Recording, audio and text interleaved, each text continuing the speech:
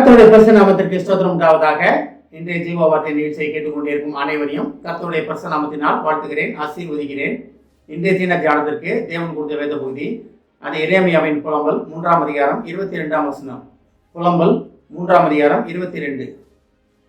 நாம் நிர்மூலமாகாதிருக்கிறது கர்த்தருடைய கிருபையே, அவருடைய இரக்கங்களுக்கு முடிவில்லை.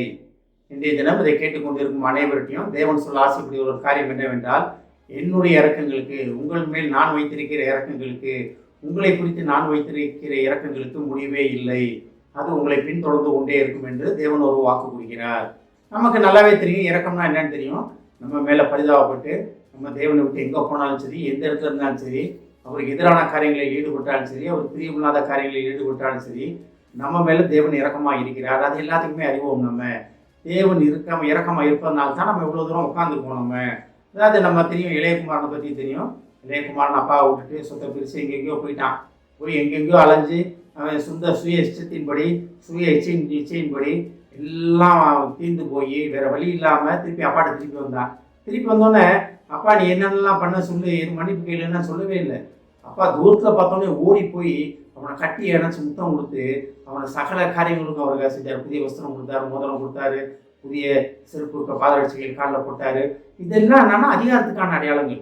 புதிய ட்ரெஸ் வந்து ரட்சிப்பின் வஸ்திரம், மோதிரம் வந்து உங்களுக்கு அடையாளம் கொடுக்குற அதிகாரம் கொடுக்குறது, பாதரட்சிகள் சுவிசேஷத்தை சொல்றதுக்காக.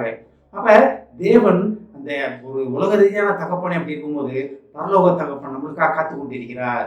எப்ப என் மகன் என் பக்கம் திருப்பி வருமா, அவன் மேலே இறக்கமா இருப்பதனால தான் அவர் காத்து கொண்டிருக்கிறார். அந்த இரக்கம் வந்து எப்படி இருக்கா, அது முந்தின வசனத்தை பார்த்தோம்னா, நாம் நிர்மூலமாக இருந்து இருக்கிறது கர்த்தருடைய கிருபையே. அப்ப இந்த இரக்கம் வந்து நம்ம நிர்மூலமாகாமல் இருப்பதற்கு பாதுகாத்து கொண்டிருக்கிறது கர்த்தருடைய கிருபை. இரக்கம் கிருபை ரெண்டுமே ஒண்ணுதான். அப்ப தேவ இரக்கம் தான் நம்மளை வந்து நிர்மூலமாகாமல் பாதுகாத்து கொண்டிருக்கிறது. தேவ இரக்கம் நம்மளை சுற்றி ஒரு பாதுகாப்பு அரணாக, தேவ கிருபை நம்மளை சுற்றி ஒரு பாதுகாப்பு அரணாக இருக்கிறது. ஒருவேளை கடந்த காலங்களில் நம்மளுக்கு வந்து எவ்வளவோ போராட்டங்கள் வந்திருக்கலாம், எவ்வளவோ பிரச்சனைகள் வந்திருக்கலாம். 7ஆவது மாதம் வரைக்கும் இந்த வருஷத்தை ஓட்டிட்டோம், 8ஆவது மாதத்துக்குள்ள நம்ம நுழைஞ்சிருக்கோம். இந்த கடந்த வருடங்கள் முழுக்க நம்ம பிறந்ததுலேருந்து, நம்ம வளர்ந்து வந்ததுலேருந்து, வேலைக்கு போனதுலேருந்து கடைசி காலங்கள் பார்த்தீங்கன்னா, தேவன் நம்மளை வந்து நொடி பொழுதுல ஒன்றும்லாம் ஆக்கியிருக்கலாம். அப்போ தேவனை விட்டு விலகி போன காரியங்கள் உண்டு, தேவனை விட்டு விலகி போன காரியங்கள் அநேகம் உண்டு. ஆனாலும் நம்மளை நிர்மூலமாக்காம தேவன் தன்னுடைய இரக்கத்தினாலே நம்மளை பாதுகாத்து அரவணைத்து கொண்டார். இதில் வந்து யாருமே இல்லைன்னு சொல்ல முடியாது. அதாவது தேவனை பற்றி கொண்டு இருக்கவங்க கூட, எனக்கு ஏன் இப்படி வருது, நான் அவ்வளோ வருஷம் தேவன் பின்னால் இருக்கேனே, இத்தனை வருடங்களாக உண்மை தேடி கொண்டு இருக்கிறேனே, இத்தனை வருடங்களாக நான் உண்மையில் நம்பிக்கை வைத்திருக்கிறேன், ஆனால் எனக்கே எப்படி இருக்குது, என் பிள்ளைக்கு ஏன் இப்படி இருக்குது, என் கணவருக்கு ஏன் இப்படி இருக்குது, என் குடும்பத்தின் வாழ்க்கை, என் திருமண வாழ்க்கையை ஏன் இப்படி போராடிக்கிட்டு இருக்கேன் அப்படின்னு தேவனை நோக்கி முறுமுறுக்காம இருந்துக்கவே மாட்டோம். நம்ம அந்த இதெல்லாம் தேவன் நம்ம நிர்மூலமாக்கியிருக்கலாம். மோசைட்ட சொன்னார், முருகனா நீ விளைவிக்க இந்த மக்களை வந்து அதமாக்கிடுறேன், இந்த மக்களை வந்து நான் ஒன்றுமலாமாக்கிடுறேன் அப்படின்னாரு. அப்போ தேவ கோபம் நம்ம பழைய இதில் மூண்டது. ஆனால் மோசையோட வார்த்தைகள் தேவனை அமைதிப்படுத்தியது.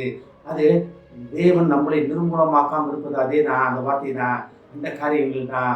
அப்போ தேவ சாயலாக படைக்கப்பட்ட நம்மளை தேவன் நிர்மூலமாக்கவே மாட்டாங்க. ஒருவேளை தேவன் கோபப்பட்டிருக்கலாம், அது கோபம் வந்து நொடி பொழுது தான். ஆனால் தேவனுடைய இரக்கமோ காலங்காலத்துக்கு நம்மளோட தலைமுறைக்கும் இரக்கம் செய்கிற தேவன் நம்ம படிக்கிறோம். பூமியின் கடைசி பரியந்தம் தேவனுடன் நிற்பேன். எதுக்காக நிற்கிறார் தேவன்? நம்ம பைபிளில் படிக்கிறோம் நம்ம உலகத்தின் கடைசி பரியந்தம் வந்து உன்னுடன் நிற்பேன் அப்படின்றாரு. அது எதுக்காக சொல்றாருன்னா, அந்த இரக்கம், மகா பெரிய இரக்கம், கிருபை. அப்போ நம்மளை பாதுகாத்து அரவணைத்துக் கொள்வதற்காக தேவன் கிருபையாக இருக்கிறார். நம்ம தேவனுக்கு நன்றி சொல்வதாக காணப்பட வேண்டும். ஆண்டவரே, என்ன நிர்மூலமாக்காமல் நீர் என்ன பாதுகாத்துக்கிட்டு இருக்கீங்களே ஆண்டவரே, நான் வந்து தகுதி இல்லாதவன் ஆண்டவரே அப்படின்னு நம்மளால சொல்ல முடியுமா? இல்லை, நான் தகுதியானவே அந்த ஆண்டவரே, நான் அந்த தப்புலாம் செய்ய மாட்டேன், அதெல்லாம் பண்ண மாட்டேன், நான் தகுதியானவே நினச்சிட்டு இருக்கீங்களா? பரிசேயருக்கும் ஆயக்காரருக்கும் பரிசேயருக்கும் நடந்த கதை தான். ஆலயத்துக்கு உள்ளே போய் அவர் அவ்வளோ தைரியமாக சொன்னார், நான் எல்லாமே செய்கிறேன் அப்படின்னா, வெளியே இருந்தவர் ஏறெடுத்து பார்க்க கூட நான் தகுதி இல்லை அப்படின்னாரு. யார் உள்ளே போனார், யார் பல்லவத்துக்குள்ளே போனார்னு நமக்கு நல்லாவே தெரியும். அதை நான் திருப்பி சொல்ல தேவையில்லை. அப்போ நம்மளை பாதுகாப்பது தேவனுடைய சுத்த கிருபை, தேவனுடைய இரக்கம். அது காலை தோறும் கிருபை புதிதாக இருக்கும் படிக்கணும். இந்த புதிதான கிருபையில் பங்கு பெறுவதற்காக, தேவ இரக்கத்தை பங்கு பெறுவதற்காக தேவன் இன்றைய நம்ம அழைக்கிறார். ஆமென். ஜெபிப்போம். எங்களை அதிகமாக நேசிக்கும் அன்பின் பரலோக பிதாவே, தகப்பனே, நாங்கள் நிர்மூலமாக இருப்பது உங்களுடைய சுத்த கிருபை ஆண்டவரே. உங்களுடைய இறக்கங்களுக்கு முடிவில்லை என்பதை நாங்கள் அறிந்து கொண்டோம் ஆண்டவரே. தகப்பனே, நாங்கள் எந்த இடத்தில் நின்றாலும், உண்மை விட்டு நாங்கள் வெகு தூரம் சென்றாலும், தகப்பனே, உமது மகா இரக்கத்தால் மகா கிருபையால் எங்களை திருப்பி கூட்டி அணைத்து கொண்ட கிருபைக்கா நன்றி ஆண்டவரே. இதை கேட்டுக்கொண்டிருக்கும் ஒவ்வொருவரையும் ஆசீர்வதிக்கிறோமாப்பா. ஒவ்வொரு குடும்பத்தையும் ஆசீர்வதிக்கிறோம் ஆண்டவரே. தகப்பனே, குடும்பத்தில் உடல் நிலை சரியில்லாமல் சுகவீனப்பட்டு இருப்பவர்களை உமது கருத்தை தருகிறோமாப்பா. காலங்களிலே சுகர் பிரச்சனைகள் அநேகருக்கு இருக்கிறது ஆண்டவரே. தகப்பனே, ஒரு பரிபூர்ண விடுதலை புரிகிறோம் ஆண்டவரே. ஆசீர்வதிக்கிறோமாப்பா. இயேசுவின் மூலமாய் கேட்கிறேன் நல்ல பிதாவே. ஆமென். கர்த்தர் உங்களை ஆசீர்வதிப்பாராக.